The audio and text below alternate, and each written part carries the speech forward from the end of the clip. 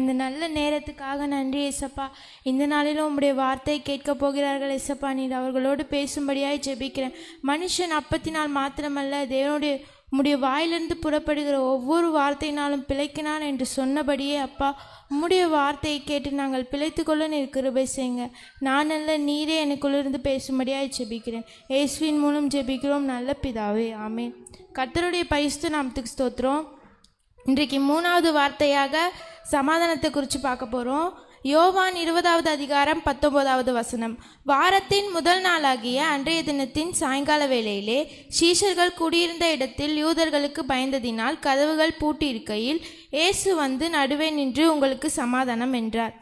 அன்றைக்கு இயேசு கிறிஸ்து மரித்திட்ட பின்பு அவங்க சீஷர்கள்லாம் சொல்கிறாங்க, நமக்கு நம்பிக்கையாக இருந்த இயேசு கிறிஸ்துவே இப்படி வந்து கொண்டுட்டாங்களே, அடுத்து என்ன ஆக போகுதுன்னு சொல்லி ஒரு மரண பயத்தில் இருக்கும் பொழுதும் இயேசு கிறிஸ்து அவங்க நடுவில் வந்து நின்று சொல்கிறாரு, உங்களுக்கு சமாதானம். அதுபோல் இன்றைக்கும் அநேகரோட வாழ்க்கையில் நீங்கள் நம்பி இருந்தவங்க உங்களை கைவிட்டு போகலாம், ஆனால் இயேசு கிறிஸ்து உங்களை கைவிட மாட்டார். இயேசு கிறிஸ்து எப்பொழுதுமே உங்கள் கூட இருக்கிறாரு.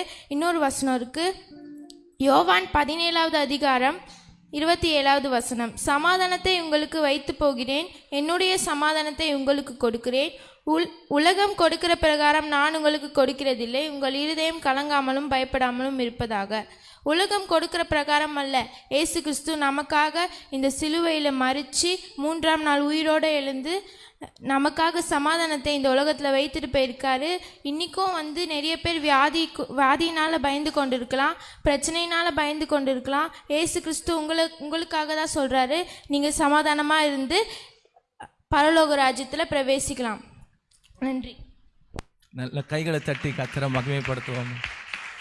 4வது வார்த்தை பிரதர் காலேப் அவர்கள் கொடுப்பார்கள்.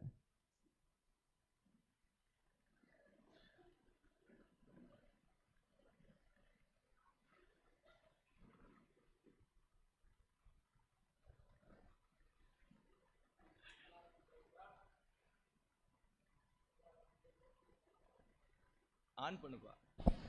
எல்லாருக்கும் பிரைஸ் லார்ட். கர்த்தர் உங்களை ஆசீர்வதிப்பாராக. யோவான் 20ஆம் அதிகாரம் 22ஆம் வசனம்.